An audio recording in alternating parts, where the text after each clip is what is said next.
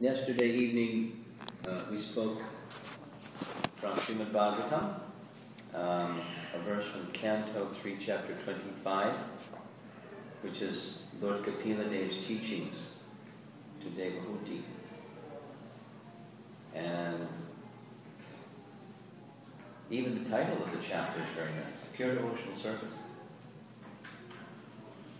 It's like the postgraduate version of Bhagavad Gita chapter 9. Bhagavad Gita chapter 9 is called the most confidential knowledge. And it's about pure devotional service, same.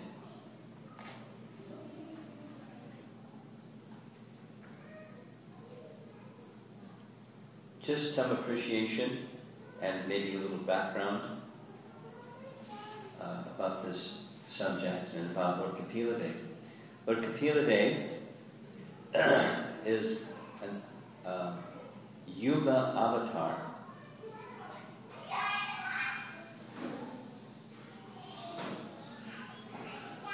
Somehow parents know which scream is their child.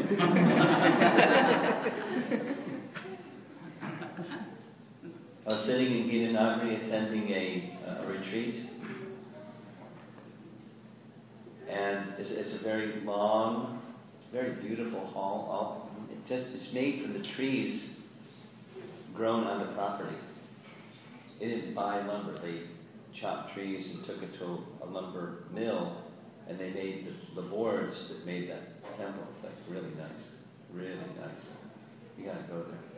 Someday you go there. And right in the middle of a lecture, somewhere, because it's raised up a little bit and there's an entryway that's down.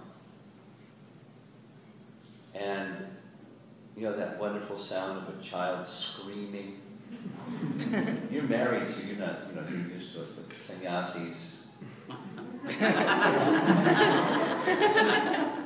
I think it's an especial arrangement made by Krishna to help sannyasis stay sannyasis. The child, and one man and one woman, the mother and the father, recognized the scream, and they both got up and ran downstairs to take care of it. No one else got up.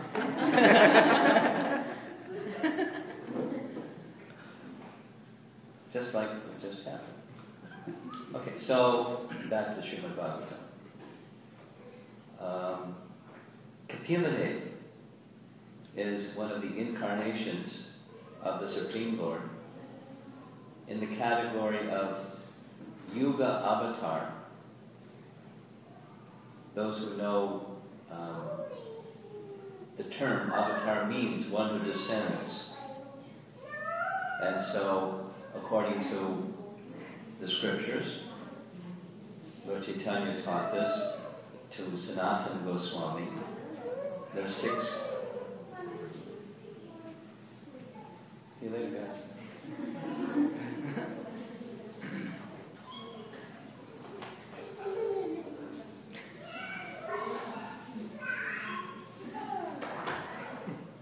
So, 6 categories of avatars. And, well, let's do this. Raise your hand if you know one. We'll see if you can get up to 6. What's one of the category of the 6 types of avatars? 1. Leela avatar. Leela avatar. Guna avatar. Gun avatar. Shakti-Avesh avatar. That's 3. Yuga avatar. That's 4. I think Vibe. Huh? Vibe. Hidden avatar. Channa. Balaram. Channa. No. Karan. Huh? Karan avatars. Karan avatars. Karana? Karan. No. It's Purusha avatars. Karana Dakshay Vishnu, or Mahavishnu, is one of the Purusha avatars. So we just have one more to go. Should we do the 5 that we did already and see if we can remember the 6th? Leela avatar. Shaktivesha avatar. Yuga avatar. No? Yuga avatar. Is that what you said? Guna avatar. Guna avatar. You said Yuga avatar. I think it starts with like a P. Huh? Starts with a P, like Prabhava, when Krishna No, is no, trying no, to no, arrest him. no. It's really simple. Really simple.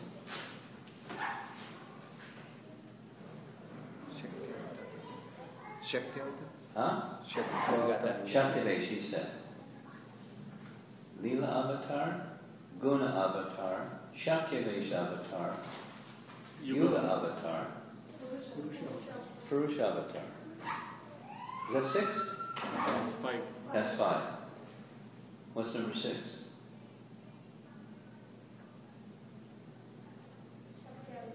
Huh? Shaktivesh, she said. Nice try.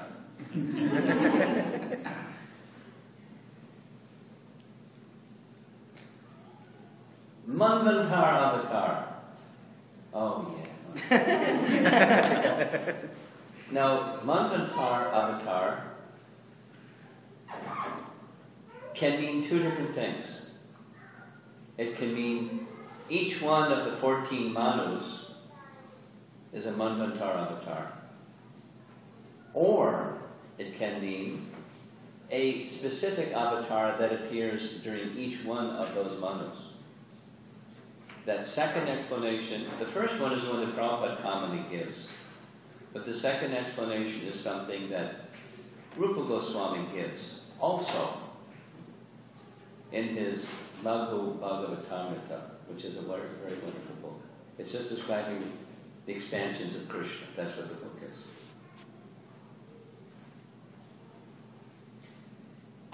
So Kapila Dev is in the category of which one? Yuga. Yuga avatar. And which yuga does he appear in? Which one? Satya Yuga. Satya Yuga. He appears in Satya Yuga as the direct son of Kardama Muni and Devahuti. Kardama Muni is the direct son of Lord Brahma. Devahuti is the daughter of Swayambhu Manu, who is the direct son of Lord Brahma. So, it's very, very early in the Satya Yuga. And generally the Yuga avatar appears very early in that Yuga, because their function is to teach the means of achieving perfection in that Yuga. That's why they're called Yuga avatar. And the means for achieving perfection in Satya Yuga is meditation. Dhyayate, in the language of the Bhagavatam. Meditation. Like dhyan, like chapter 6, Bhagavad Gita. Meditation. So, have you ever wondered? I wondered often and often and often until I read the 3rd canto, the section on Kapila Dev. This is an incarnation of the Supreme Lord, teaching the means for achieving perfection in Satya Yuga, and he's teaching something other than devotional service. He's teaching meditation. Like we normally think of meditation as another type of yoga, right? It goes along with the Ashtanga yoga system, the eightfold yoga system. And meditation is not bhakti. So why is he teaching meditation instead of bhakti? He's an incarnation of the Supreme Lord. How can you achieve perfection by meditation without bhakti? Have you ever wondered that?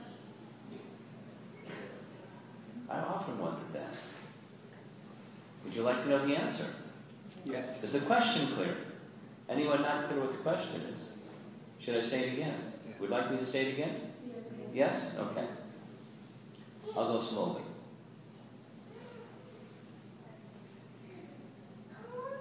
We'll even go a little bit further back. What's the purpose of the Vedas? The purpose of the Vedas is to know Krishna. Right?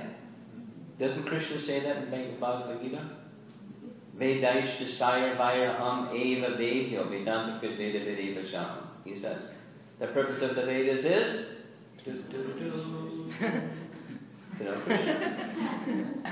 That's the purpose of the Vedas. And what's the means of knowing Krishna? By devotional service. Bhaktyamam avijanati. What's the rest? Yavam yasyasmi tatvataha. Yeah, you can only know Krishna by devotional service. And the purpose of the Vedas is to know Krishna. So, the teaching of how to achieve perfection should be devotional service. Okay, we'll put that in the parking lot over there. Now we'll go over here. And Kapila Deva is teaching meditation. Why is he not teaching devotional service? He's teaching meditation. How can you achieve perfection through meditation without devotional service? That's the question. Questions clear? Now would you like to know the answer? Yes.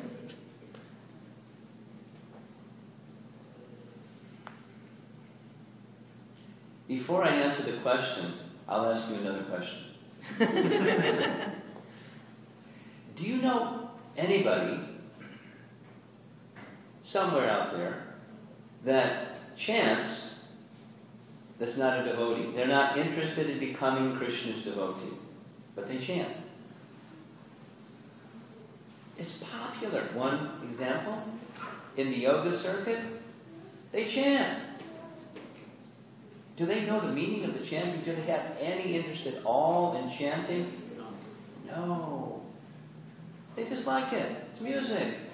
They're having fun. Now, Krishna's name is there, so they're getting spiritual benefit, but they're not chanting for the purpose of cleansing their heart and awakening their devotion for Krishna and coming to the stage of pure devotional service. No way. Then there's another category. There's many other categories. You know, one of the offenses in chanting of the holy name is to consider the chanting of Hare Krishna to be part of the karma kanda procedures to increase your piety so that you can prosper and enjoy. Right? As in, it was one of the 10 offenses. Some people chant Hare Krishna for that reason. Of course, it's offensive. We're advised, don't do like that, but some people do like that. There's another category. Once upon a time, I went to college. I did lots of things once upon a time. And one of them was I went to college. And when I was in college, there was a person who I found out later what he was up to. He was an impersonalist. And he was traveling around from college campus to college campus, chanting Hare Krishna. And then he taught this really far-out message that become one with the chant. It sounded like really mystical. Become one with the chant. What does that mean? I don't know, but become one with the chant. And so I was, following this fellow around. And then he started explaining what he meant by become one with the chant. You want to hear?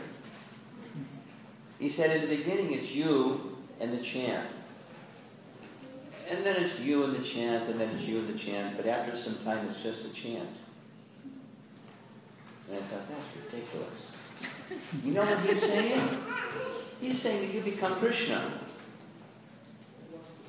I didn't know what an impersonalist was, but I thought that was crazy. I'm getting out of here. Poor Krishna. He's me. Poor Krishna. So there's another way that people chant Hare Krishna.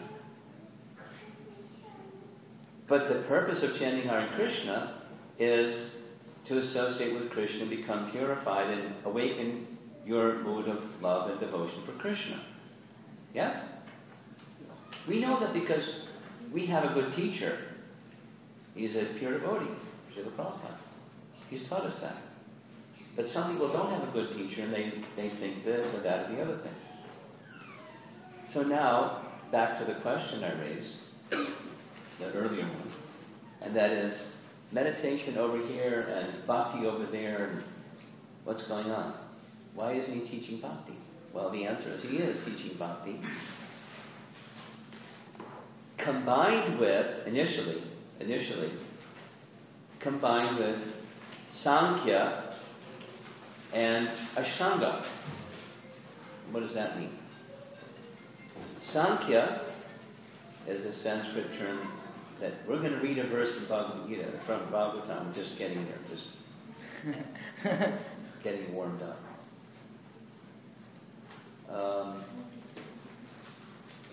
Sankhya literally means to count.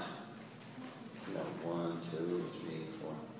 So it's counting or analytically studying the categories of matter, like 24 categories of matter according to Kapila Dev's Sankhya system. And over here are categories of spirit.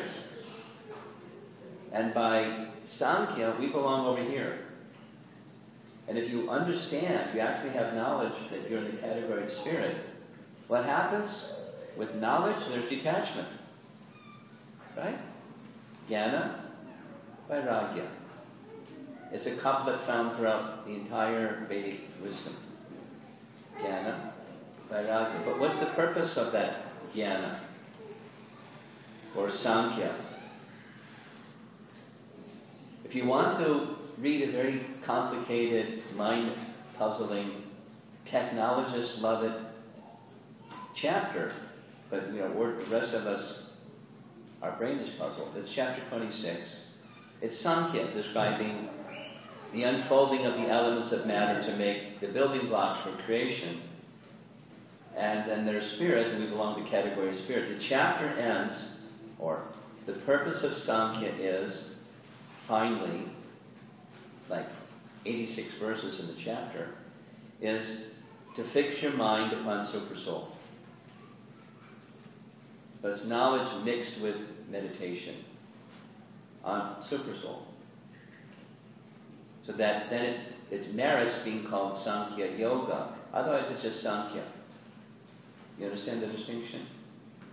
Knowledge without the connection with the Supreme is Gyan. Gyan Yoga is cultivation of knowledge for the purpose of making the connection. There must be some bhakti. Chapter 6 of Bhagavad Gita, the last verse, the yoga ladder is described. Without bhakti, there's no yoga. Adding yoga after something doesn't apply.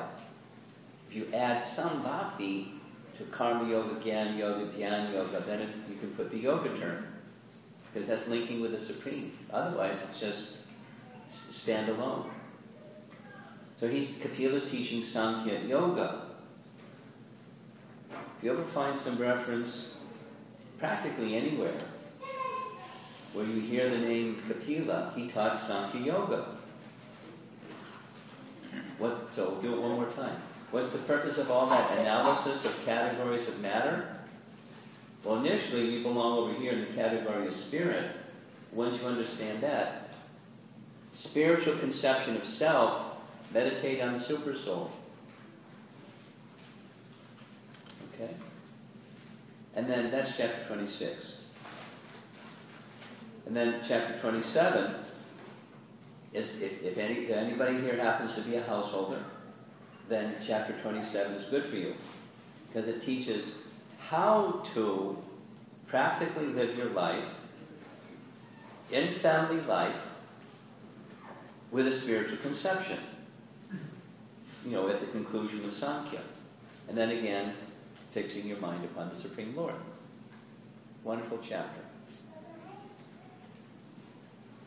And then chapter 27 is very like a very distinct break. Chapter 27 is bhakti mixed with Ashtanga Yoga. First it's Sankhya mixed with bhakti. Now it's, bhakti mixed with Sankhya. Now it's bhakti mixed with meditation. Because really, the basis and support of the whole of Kapila Dev's teaching is devotion, pure devotional service. It's right there in chapter 25. These other things are there to help you get there.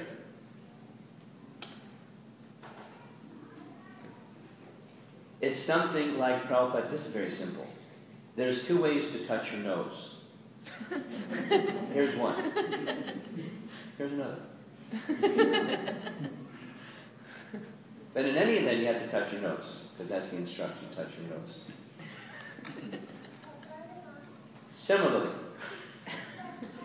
the purpose of the Vedas is to know Krishna, and the way to know Krishna is through devotional service. So in chapter 25, he teaches pure devotional service. But for people who want to do this one, he teaches them this one.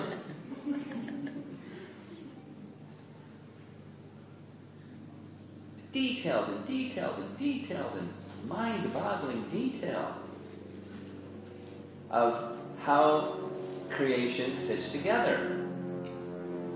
You know, the hip bone fastened to the thigh bone, the thigh bone fastened to the knee bone. It's like how the whole machine works of material creation. It's very detailed. I guess people that are into, technology would really appreciate it. How this fits with that, and you wiggle this, and then that over there wiggles. And that's how it works. If you want to be a creator, if you want to be Lord Brahma, you have to know chapter 26 and 27. Now, if you're not, just do devotional service.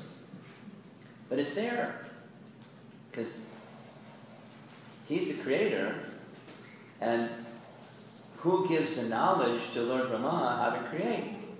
It's the Supreme Lord. And the purpose of that creation is to engage in his devotional service. That's chapter 25. Those of you that were with us yesterday evening, you'll remember. So this is just a reminder of what we did yesterday. Even those that weren't with us yesterday, this is new. This whole discussion is like, big section of the Bhagavatam. Very, very profound and deep. It starts with Devahuti, the mother, speaking to her son, knowing that her son is the personality of Godhead, how to become free from the bewildered state of consciousness and mind of excessive attachment on the bodily platform. That's where it starts. But she's all bewildered because her very dear, beloved husband, Kardamuni, after living together for tens of thousands of years, he's gone. Because now there's a son to take care of her. And by Vedic system, this whole thing is even in itself is a little bit of a puzzle. Because why does he have to go meditate upon the Supreme Lord when the Supreme Lord is his son? Yes? That's a puzzle too. Well, he's doing it to set an example. That's why he's doing it. Just like Krishna says to Arjuna, even when you become perfect, you'll still perform your prescribed duties to set an example for others that aren't perfect. And they'll see you, look at this is what Arjuna does. So you'll be setting a standard for them. You'll do your prescribed duty anyways, even if you don't need the purification of prescribed duties. You'll do it anyway. So that's what Kapila Deva did. Kardamuni did. He went back to the forest to do meditation on the Supreme Personality of Godhead, who's his son. So now Devahuti's without her husband, who she's very attached to, and rightly so. And she appeals to her son, please tell me how I can become free from this excessive attachment that's disturbing my mind. And like Arjuna, right? My mind is reeling, I can't hold on to my bow, please instruct me. Same kind of thing.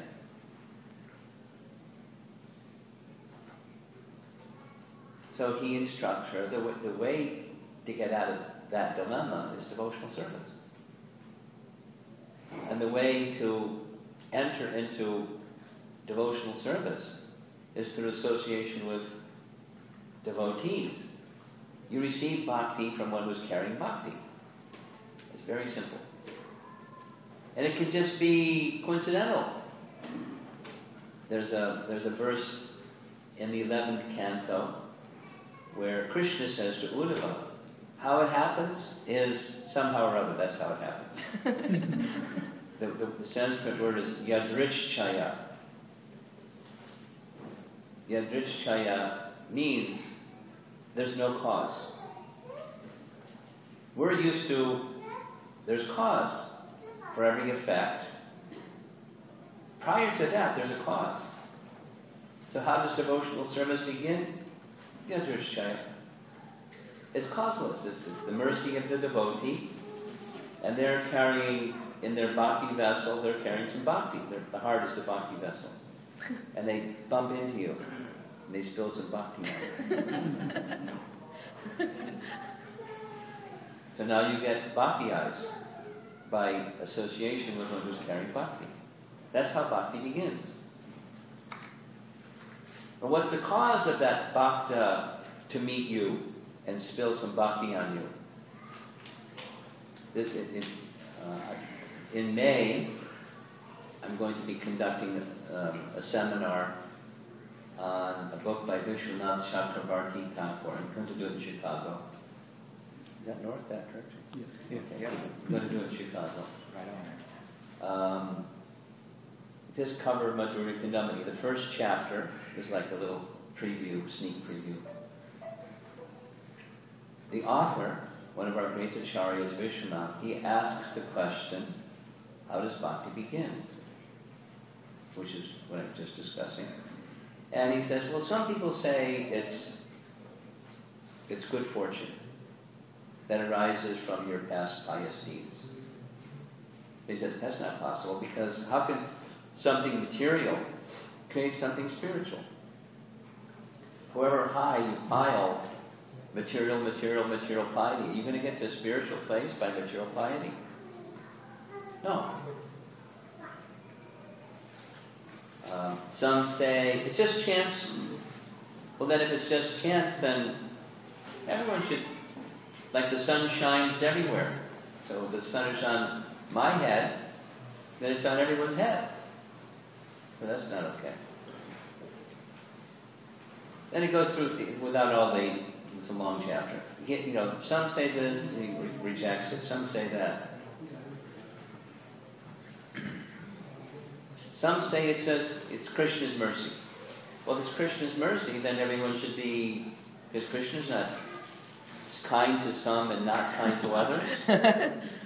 He says that in Bhagavad Gita. Na me dvesho sti na priyaha. No one's my friend, no one's my enemy. I'm equal to all. Samoham sarva bhuteshu nikodarima. So that can't be. So he goes through many things. Finally he says it's very nice. It's the Madhyama Bhakta. Madhyama means middle. There's, beginning, middle, and top. Kanishta, Madhyama, and Uttama. So it's the middle devotee.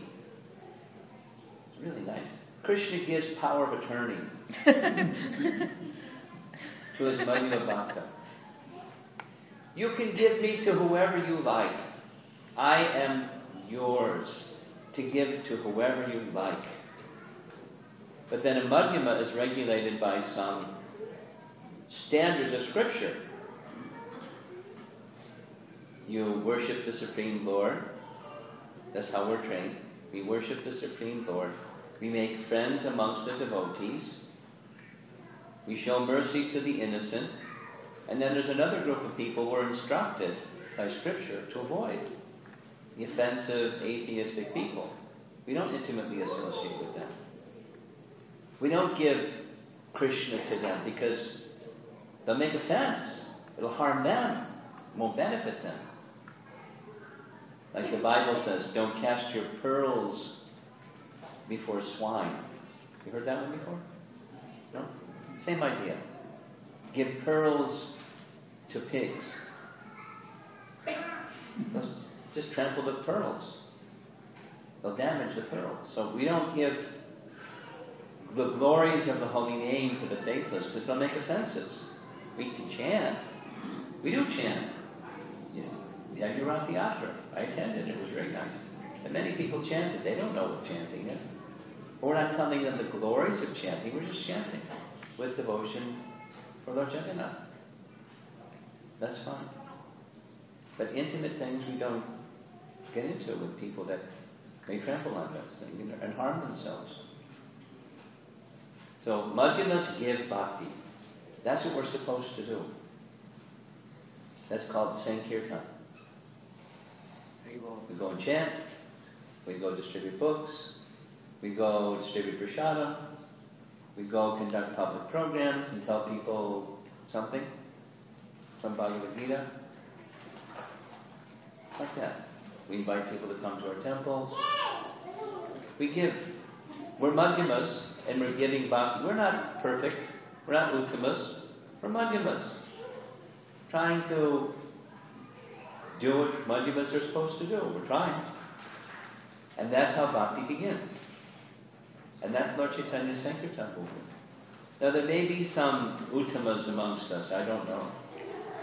But if there's Uttamas amongst us, then they'll give bhakti like anything.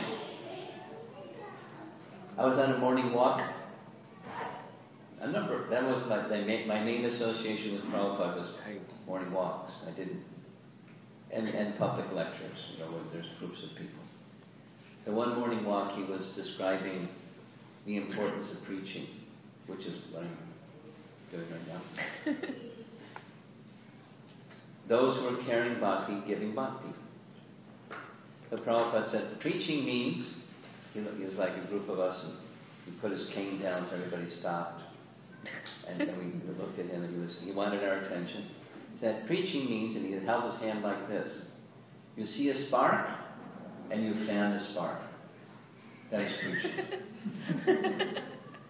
And when you fan the spark, not too much, not too little, fan the spark becomes a flame. That is preaching. That is successful preaching. That is successful preaching. And then his eyes got really big, and he said, when one is really expert, the flame becomes a big blaze. That is preaching. And that is Lord Chaitanya's Sankirtan movement. He looked around and just continued walking. He was just imparting a lesson to us. It stuck. So I'm sharing it. And that's what chapter 25 of Kapila Dev's teaching to Devahuti is saying. Devahuti wants to know, my dear son, it's really nice. She says, you're the Supreme Lord. And she knows he's the Supreme Lord because Lord Brahma, who's her grandfather, when she was pregnant, came and told her, within your womb is the personality of Godhead.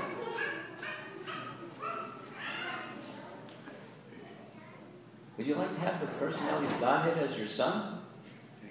You have to be really qualified. Become qualified first. She was qualified. So she knew her son was the personality of Godhead. So she said, it's by your illusory potency that I'm covered. So you could remove it too. Please remove it. Tell me how I can become free. Not like, I'm lazy, you do it for me.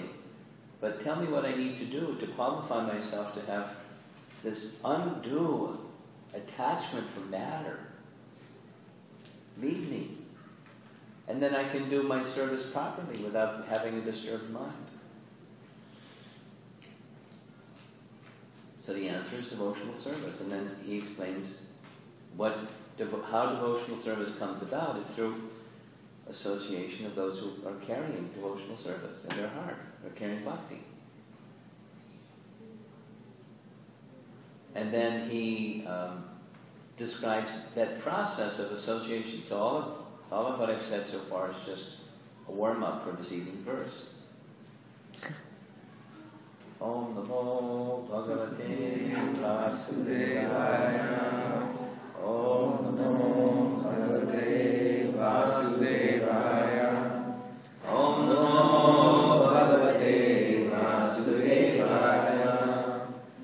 chant the verse together. It's on the screen here.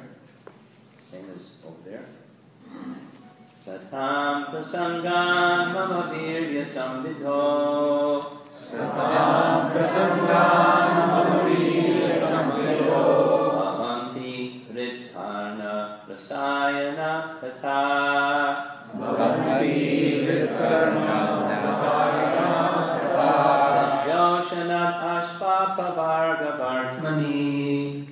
Yoshanat ashpapa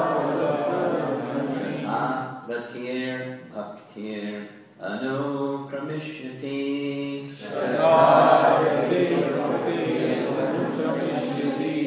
Isn't that a nice, even sounds nice. Let's chant it a little faster. Satam prasangam mama virya samvidho.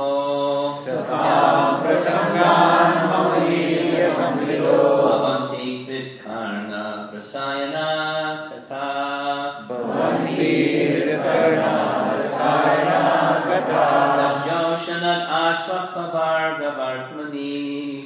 Yoshanat ashvapa vartmani. Apratir bhaktir anukramishati. Shakaratir bhaktir anukramishati. Very famous verse, very wonderful, relishable verse. I'm going to read the translation and purport. Srila Prabhupada. In the association of pure devotees, discussion of the pastimes and activities of the Supreme Personality of Godhead, very pleasing and satisfying to the ear and to the heart. By cultivating such knowledge, one gradually becomes advanced on the path of liberation, and therefore he is freed, and his attraction becomes fixed. Then, real devotion and devotional service begins. Like, what are we doing now? We haven't even begun. Actually, we have begun. Because Rupa Goswami, according to his rendering of Bhakti Rasamrita Sindhu, or Nectar of Devotion, devotional service, when cultivated for the purpose of achieving pure devotion, is also pure devotion. Yes? There, in Nectar Devotion, there are 3 headings or topics. Sadhana Bhakti, Bhava Bhakti, and Prema Bhakti. Beginning, intermediate, and advanced. And they're all, according to Rupa Goswami's teachings, they're all Uttama Bhakti. Does anybody know the verse? Anyabhilasha Dushunyam Jnana Karma Navatam Anukulyena Krishna Nushilanam Bhakti Uttama. It's a very good verse to remember, memorize, because it's the essence of the whole Nectar Devotion rests on that. Very powerful verse. It's a definition of devotional service, saying what it isn't and what it is. It's exclusive and inclusive at the same time. It's not speculative knowledge nor fruitive activity, but it is following the path of perfected souls for the purpose of achieving that which is pleasing to Krishna. That's what devotional service is. And devotional service, the adjective that's used is Uttama Bhakti. Sadhana, for that purpose, is Uttama Bhakti.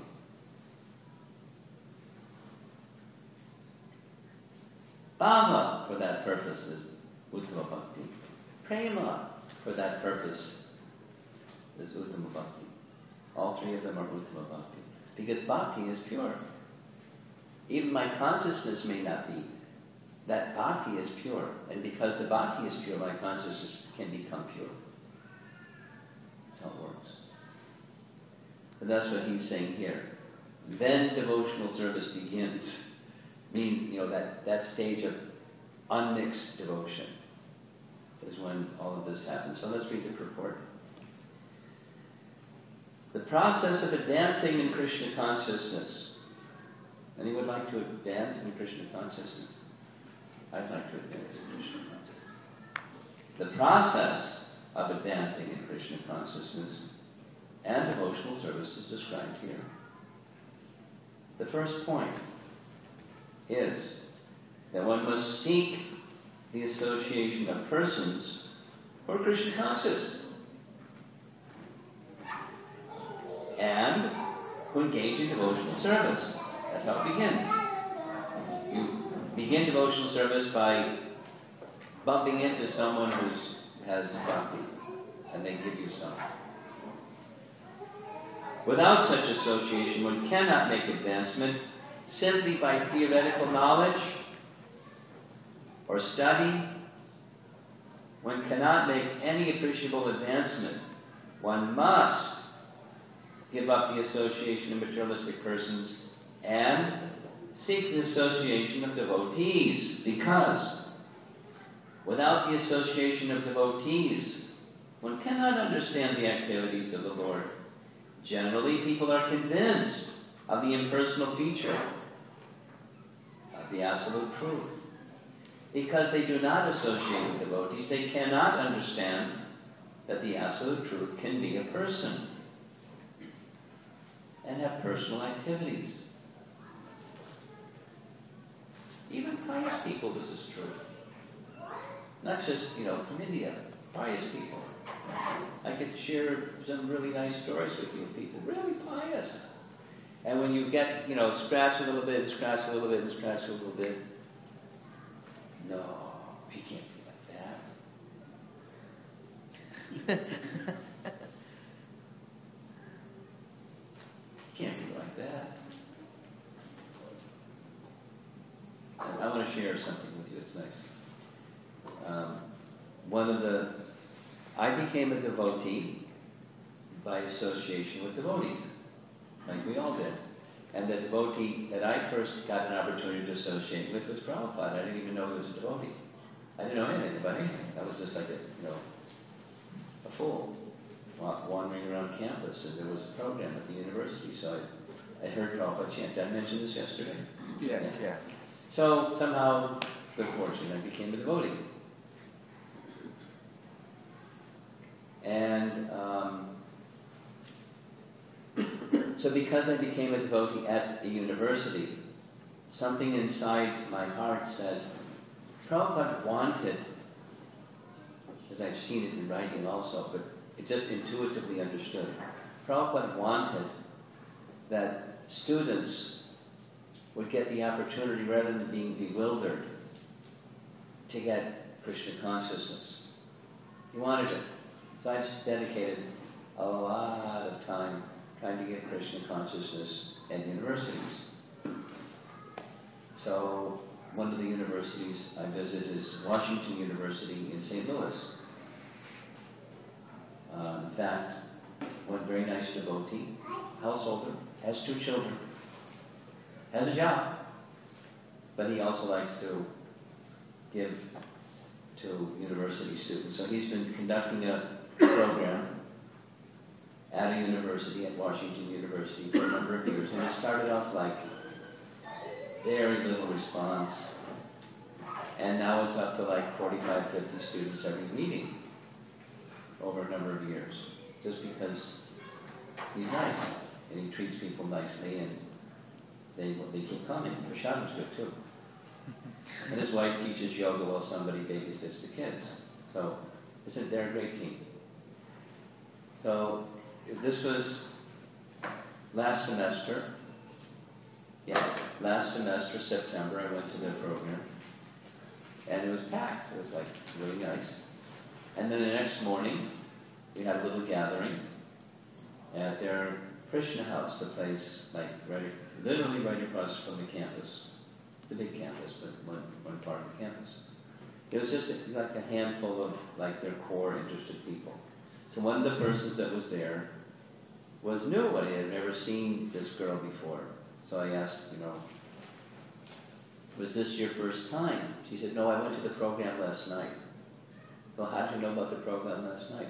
I saw a flyer on campus. Well, what attracted you to come? She said, well, it said something, forgetting what the title was, based on the teachings of Bhagavad Gita. And my mom, when she was young, she used to read Bhagavad Gita. So I thought I'd like to learn something about this, so I came. But really? And does your mom still read Bhagavad Gita? She said, no, she's a Christian scientist. So to most of you, maybe all of you, that doesn't mean anything. It's like a very, out of the whole pie of Christianity, it's not even a slice. It's very, very few people practice. Like extinct species, practically. Very few. So I said, when I was in high school, there was one family that were Christian scientists, but I never really knew what it was. So can you share some of that with me? What does Christian science say? And then if you like, I can say what Bhagavad Gita says, because you came to learn something about Bhagavad Gita. She said, that'd be nice. But I'm not a scholar or anything. I'm just my mom. I learned from my mom and like that. So I said, okay, it's okay. Just do your best. So can you summarize what the teachings? Listen carefully. It's really nice. She said, well, one of the basic teachings of Christian science is that our real identity is not this body, but a soul that's within the body. I said, really? It's exactly what Bhagavad Gita teaches. What else does Christian science say? Well, the purpose of human life is to provide that soul that's within the body an opportunity to experience the fullest potential of consciousness that souls can ever experience. I said, really? It's the same thing as Bhagavad Gita. What else does it teach? He said, well, if you don't fulfill that purpose in this life, then you'll get another opportunity in your next life. I said, wow, reincarnation. What else does Christian science teach? It's like we had a one-to-one match going here. And she said, well, so I asked, what's that highest consciousness? Does it say what that is? And that's where it started getting fuzzy. She said, well, it's not this. Definition by negation. Okay, it's not this. Then, what is it? Well, you can't really say until you get there. Okay, well, let me ask you another question. Can you get there? Oh, yeah, you can get there. That's what Christian science is, to get there. Well, has anybody that got there sent back some signals and said, this is what it is? And she said, I don't know the answer to that. I said, they must have. Otherwise, how do you have your teachings? They must have said something like that. She said, well, I don't know. I have to ask my mom. I said, well, let me tell you what the Vedas say. Because yesterday we were doing some chanting, and then this morning we were doing some chanting. That chanting is sound vibration, and it's through sound vibration that that place is can be communicated and transmitted by sound vibration, spiritual sound vibration. And that's what mantra is. She said, oh, that's very interesting. And let me just go out on a limb a bit and say, that place, it's not a place like this, but it's a place, and God is there, and persons with spiritual forms are there. She said, no. I said, why no? Well, it can't be like this. I said, it's not like this. It's like that. You know what the Bible says, that man is created in the image of God. So this is like a perverted reflection of that. Not that is this. It's different. That's without contamination. And this is distorted with contamination. A bad reflection of that. That's what this is. She said, I don't know. So I pushed it a little bit. I said, not only God the person, he has a name. And he has a name for his place. We know his address. It's called Goloka. His name is Govinda. And you know what Goloka means? She said, no. I said, it means the planet of the cows. She said, no. I said, yes. She said, it can't be. I said, no, it's not cows like this. It's Surabhi cows, and it's a whole other... But, how do we know about that? We know about it through mantra. And I recited, some Brahma Samhita verses. She said, well, I'll have to think about that. I said, well, it's not by thinking about it. It's by mantra. It's by receiving those signals from the transcendental source with senses that are purified. And then you can know. Otherwise, it's theory. It's a better place than this, but we don't really know what it is until you get there.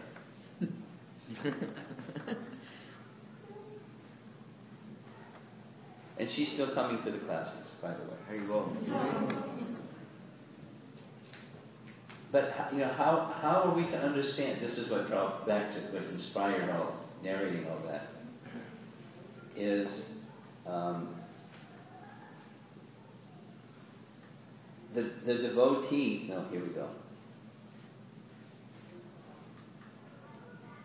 Because they do not associate with devotees, they cannot understand that the Absolute Truth can be a person and have personal activities. This is a very difficult subject matter.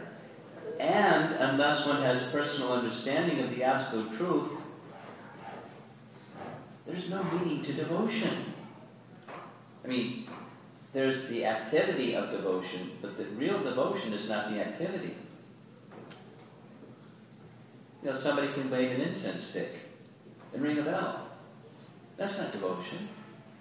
It's the love with which you make some offering to Krishna. That's the devotion.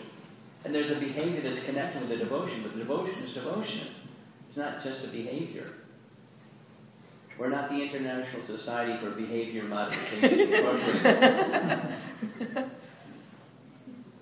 We're the International Society for Krishna Consciousness. And we have behaviors that we do. And we do them for Krishna. That's the devotion. There's expressions of devotion that are very natural. Even children can do.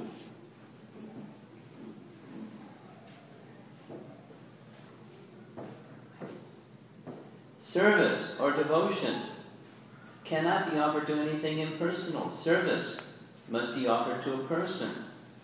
Non-devotees cannot appreciate Krishna consciousness by reading the Srimad Bhagavatam or any other Vedic literature wherein the activities of the Lord are described. They think that these activities are fictional, manufactured stories, because spiritual life is not explained to them in the proper mood. So we have temples, right? We have what you have here, exactly for that reason. To understand the personal activities of the Lord, one has to seek the association of devotees. And by such association, when one contemplates and tries to understand the transcendental activities of the Lord, the path of liberation is open and he is freed. So there's the beginning, the intermediate, and the event. But this verse is saying when the advanced stage is reached, that's where pure devotion is fully manifest. And the other is, you could say, practice.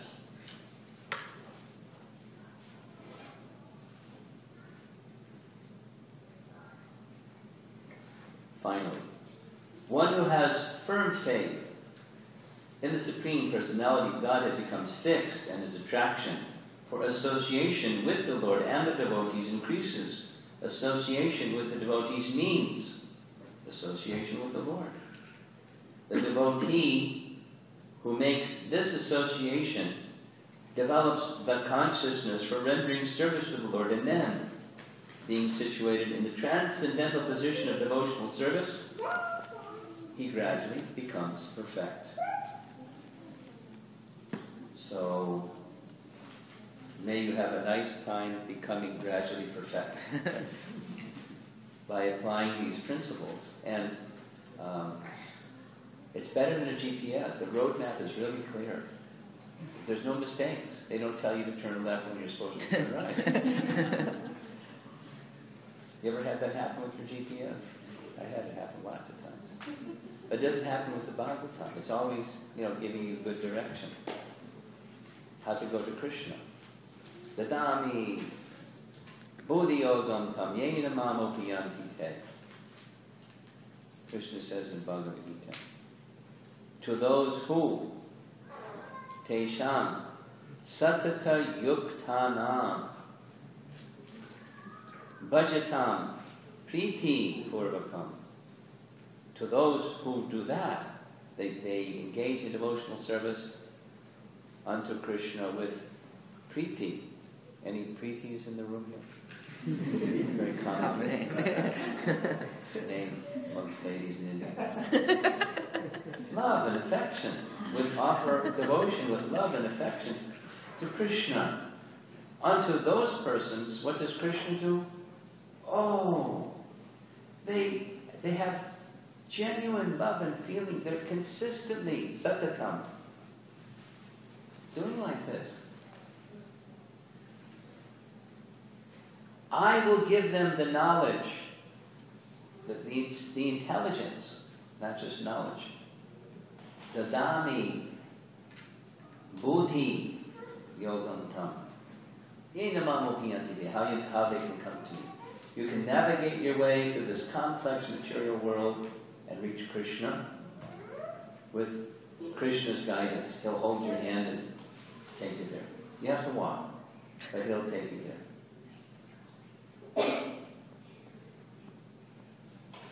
Through this very simple process.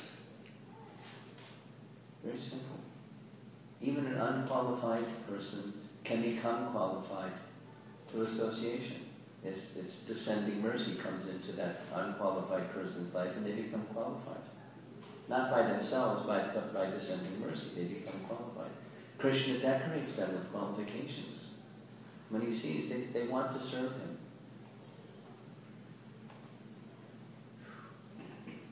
It's a very merciful process. There's I'll end with this. There's a student at the University of Chicago. Maybe some of you know about that place. It's a really competitive school. You have to have lots of smarts and lots of money to go to that school, right? University of Chicago, really competitive. So there's somebody from Delhi that's attending school there. And one of their colleagues, I think it's another Indian person, said, you're into bhakti, but bhakti is really slow. And there's other processes that are faster than bhakti. And this devotee didn't know how to answer that. So he referred them to Bhagavad Gita chapter 12, texts 6 and 7, where Krishna says very quickly, for one who is engaged in my devotional service, I very quickly bring them to the stage of perfection. And Prabhupada explains it just as I've been doing here. Krishna takes our hand and helps us to the goal. So the math is really simple. Option A or option B, which is going to be more effective? A, your own effort. B, your effort plus Krishna's help. It's a no-brainer. That's bhakti. So because one turns to Krishna seeking Krishna's help, you get Krishna's help. If you don't turn to Krishna and you use your own strength, Krishna doesn't interfere and force you to take his help. The bhakti process is calling for Krishna's help. We do something, we make effort, and we're dependent upon Krishna's mercy. And then Krishna's mercy comes in the form of the association of devotees who engage in kirtan, discussing Krishna Katha, all of the activities that devotees do together. Dadati pratikranati goyam akyati prichati. This is a verse from Rupa Goswami. Loving exchanges. Bhunte bojayate udusam bojayate rosam. Take the prasad. Saddhiti pratilakshana. Pratilakshana, these are the characteristics of love, loving exchanges. Prabhupada writes in the purport, these temples have been built, have been created by him for the purpose of fostering loving exchanges amongst the devotees. And when Krishna sees the devotees engaged in loving exchanges with one another, he bestows his mercy upon them. He likes that. Just like parents, if they have a large family and they see the children are being nice to one another, they're happy. If they see they're quarreling and doing those other things that children sometimes do, it's not the same. They still love their children, but it's not, it's nice when we can associate together with Krishna in the center.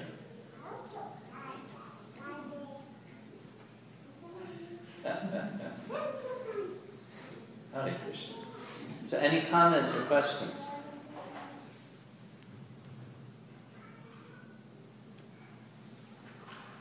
Yes. Maharaj said that Madhyama Mattas can distribute spiritual mercy. Yes. Yes. But if they have their own spiritual shortcomings, will those shortcomings also get carried forward, and in that way does the spiritual mercy become contaminated? Good question. Well, bhakti is pure. Our consciousness may not be pure, but bhakti is pure. Our ego can get in the way and kind of like color and filter. But if we're acting under the instruction, as Prabhupada engaged, this nice example of Malati and Shamsundar's daughter, Saraswati. She would go, I watched it. She's a little girl, Prabhupada sitting in an airport, and she walked up to,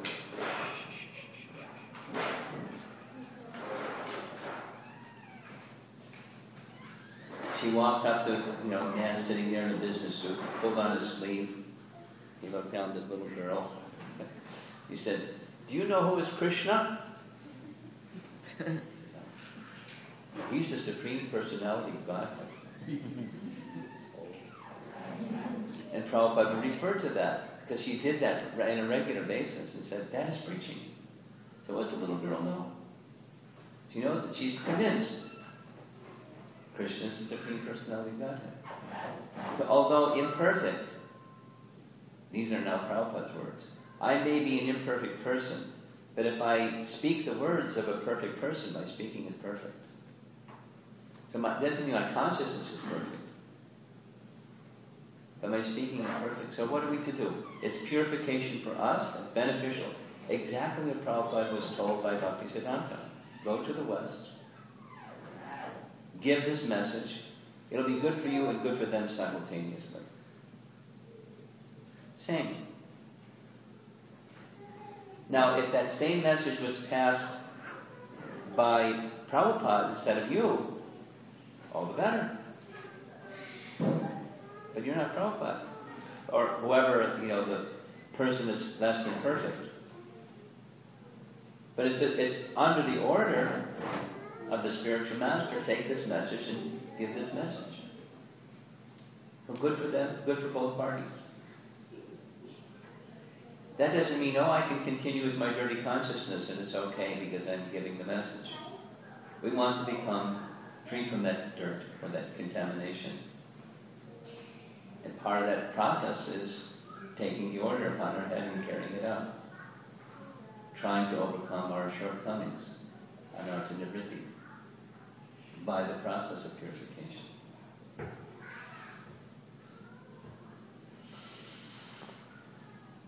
Anything else? Maybe I've intimidated all of you. Okay. Thank you very much. Srila Prabhupada ki jai. Now, as he mentioned, I came here from New York, and in New York there are very beautiful deities named Radha Govinda. which were gifted to Srila Prabhupada by the Queen of Jaipur. And then after installed directly in front of Radha Govindaji. Who has been to Jaipur and seen Radha Govindaji? Oh, may you all get a chance to go.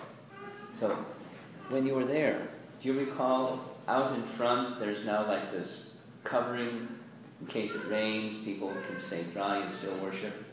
So when Prabhupada was there, that wasn't there. That's right where the pandal was, right in front of Radha Govinda. And the Queen of Jaipur, whose name... Gayatri Devi, yes. She so much appreciated Srila Prabhupada, she said, we have a whole museum filled with murtis of Radha Govinda. You can go there and pick the one you like the best, and they're yours. So Prabhupada took her up on it, and he selected Radha Govinda. They were placed on the pandal the next day, very ingeniously. Let me just make a comment. On the stage, there's Prabhupada and several sannyasis. Prabhupada had Jamuna install Radha Govinda. He didn't do that in Vrindavan, it was the Goswamis. But according to audience, Prabhupada decided things. And then after they were installed for the rest of that week's pandal, they were worshipped on the altar. He had them put in a box and shipped to New York. And since Gaur Purnima 41 years ago, we've been worshipping Radha Govinda. And I've brought their Mahaprasadam with me. And somebody else made some cookies too, so. I'm going to walk around, because the coming up would be too messy. And I'll give you a cookie and some Mahaprasad from Radha Govinda. Hare Krishna. Maharaj ki Jai. You have an announcement. Okay.